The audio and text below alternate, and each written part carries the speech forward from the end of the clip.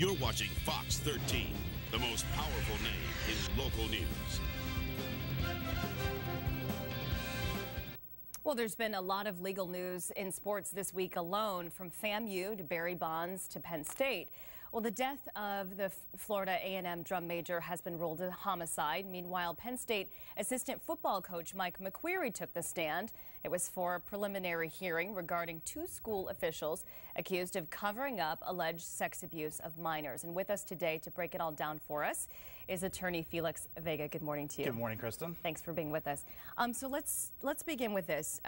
The Sandusky charges, the molestation charges, are one thing, but what we're talking about first are the perjury charges against the two school officials. That's Tell correct. us about that. Tim Curley and Senior Vice President Gary Schultz were charged with perjury for lying during the grand jury investigation into the allegations against Sandusky. So what they're trying to establish in that case is to say that during the investigation that Joe Paterno knew certain things about Sandusky, also that Mike McQueary had come forward and told the school officials, specifically Schultz and Curley, what was going on. So whether or not when they went to the grand jury and said, we didn't know anything about this, basically said it took a willful blindness stance on the whole entire thing, that's what their allegations directly address.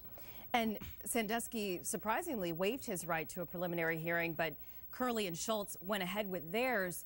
What's the difference, do you think, between the two? Well, with Sandusky's case, there was going to be a lot of negative publicity. You were going to see all those victims come into court. We heard that they were ready to testify and ready to come in and tell them exactly what happened between them and Jerry Sandusky.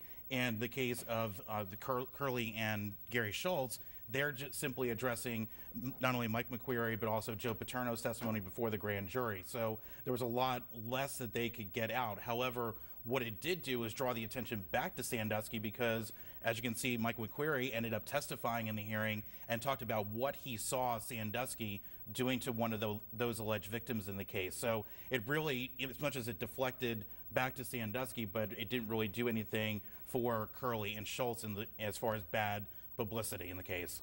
And so media coverage of the hearings was directly limited, as far as getting inside of the courtroom, was limited to Twitter and online coverage. No cameras? No cameras are allowed in the courts in Pennsylvania. In fact, they do not allow any live coverage of any court proceedings, and the courts actually, or the reporters had to actually go before the court and get an actual court order in order to allow them to use Twitter and use email and blogs, because the court made an interesting distinction that it was actually the reporters are, although they're in the courtroom, they're not actually reporting live because they're typing in what's going on during the trial. So they made an interesting distinction to allow Twitter. And again, as I've said before, during the Casey Anthony trial, this is really the way that I think court coverage is going, because it provides real-time access to the courts without being actually live on the air. Right, and with such a high-profile, high-interest case, I mean, that's so important. Exactly, especially that the information gets to the public as soon as possible. Right. Now let's talk about FAMU. It's just been ruled a homicide. It's such a sad, sad case. This is a horrible case. It really is. Talk more about that charge in this situation. Well, the medical examiner's office yesterday ruled that the death of Robert Champion was actually a homicide, and what surprised me was the extent of his injuries in this particular case.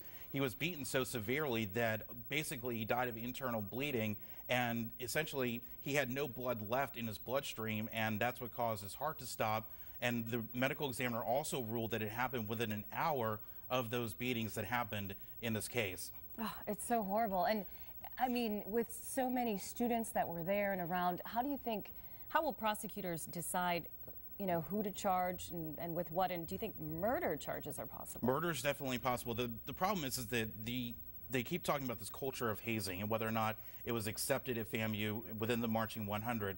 Now it's coming down to, we have the cause of death as a homicide. We know what killed Robert Champion. Now it's going to come down to who did what to Robert Champion to cause all those injuries to him. Are people going to come forward? Are people going to cooperate? Are they basically going to say, look, this is what happened. We have the incident that happened on the bus. We know that right now that apparently he went down the line of aisle or the line of rows in the bus. Apparently multiple people were beating on him, and that's what caused his death. So Do they have eyewitnesses that are coming forward? Do they have people that are going to say, look, I saw this person hitting him here, I saw this person hitting him here, and basically assign the blame on that level. It could also go to the university level, who was in charge of these kids on that bus, and whether or not they will face some sort of manslaughter charges. I think manslaughter would probably be the safest route for them to go in order to charge anyone in this particular case. So much of it is going to depend on witness testimony and who saw what. Absolutely. And the other case that we saw, 3 other individuals, James Harris, Aaron Golson, and Sean Hobson, were charged this week in a hazing incident involving another band member. And that was a completely separate incident that happened October 31st and November 1st. The allegations against them that they beat Bria Hunter, who was another female band member, and that was completely different and dealt with a secret cult, if it was, or secret society that was within the Marching 100. Again, it comes down to what witnesses are going to cooperate and what other evidence they have aside from her word against those 3 individuals. So there's this culture of hazing that's really come to the forefront, sadly. And whether or not people are going to cooperate, it's really starting to come undone a little bit. I know the governor's being involved. The Florida Department of Law Enforcement's involved. Now it's going to come down to the students and their families to come forward and expose what actually has been going on within the Marching 100 for presumably years. Wow. Okay. Thank you so much, Oh, Felix, no problem, for being Kristin. with Glad us to be this here. morning. All right. Yeah, what a great start to the day. All right, thanks, Dave. Well, no texting while driving, no web surfing while driving, no talking while driving, even with a hands-free device. Imagine that. The National Transportation Safety Board recommended this week that all cell phone use while driving be banned nationwide. Now, of course, that is easier said than done, and now several states are questioning this recommendation, wondering if it's even possible, and that's one of the debates that attorney Felix Vega is here with us this morning to talk about. Good morning again, Kristin. So this kind of seemed to come out of nowhere to me, the NTSB's recommendation. Where did this idea for a complete ban come from? This was actually a study that they were investigating involving an accident that happened back in 2010. This is part of their study that they released earlier this week regarding an accident involving 2 school buses, a pickup truck, and another tractor trailer that you see some of the video right there.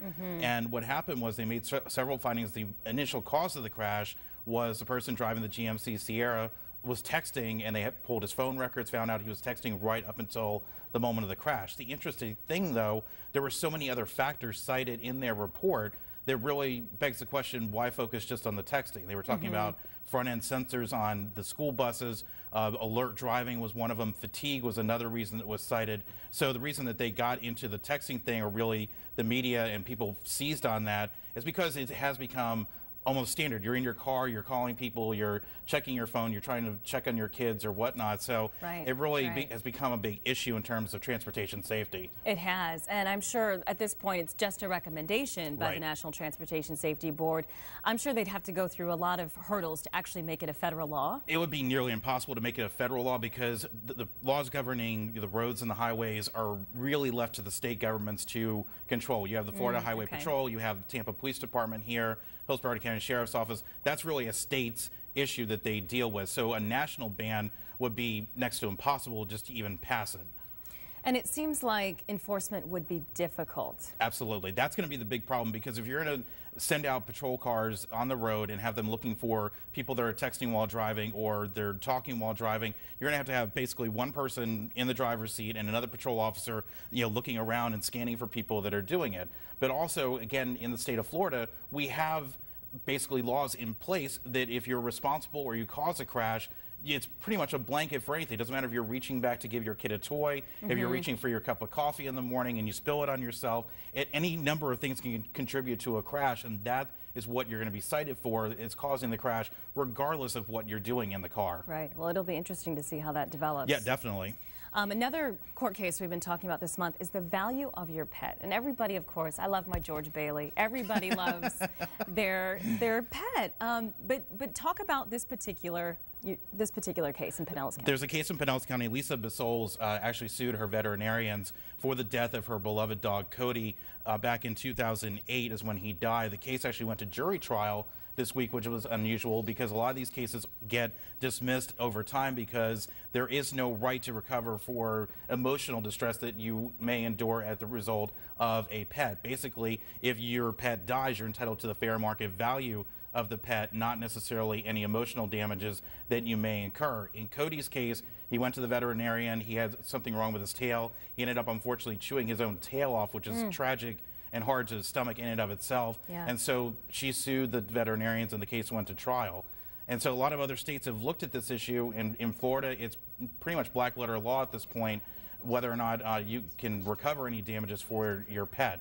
And you mentioned, was it New York, or what were the other New York states? and Texas were two other states that I found. Texas, they did recently rule that a dog owner could recover for the death of a pet. In New York, they've litigated this over and over again, and every single time they've cited different scenarios. One was a dog died in the cargo hold of a plane. A dog was run over, and they consistently say, although it's an emotional trauma to you, it doesn't fit under any legal standards. Again, it's a slippery slope argument. Where do you draw the line? And what is a family pet? You could be your turtle, your goldfish, your pet ferret, your pig. I mean, we had a pet duck in my fraternity house in law school. So what is it going to open up any more lawsuits, and where do you draw the line as far as the law is concerned? All great questions. Thank you, Felix, for being with us this morning. No problem, Kristin. Thank you. You can hear Felix's legal chatter every week online on the docket at hawkradio.com. That's correct. We'll be right Wednesdays back. at 5.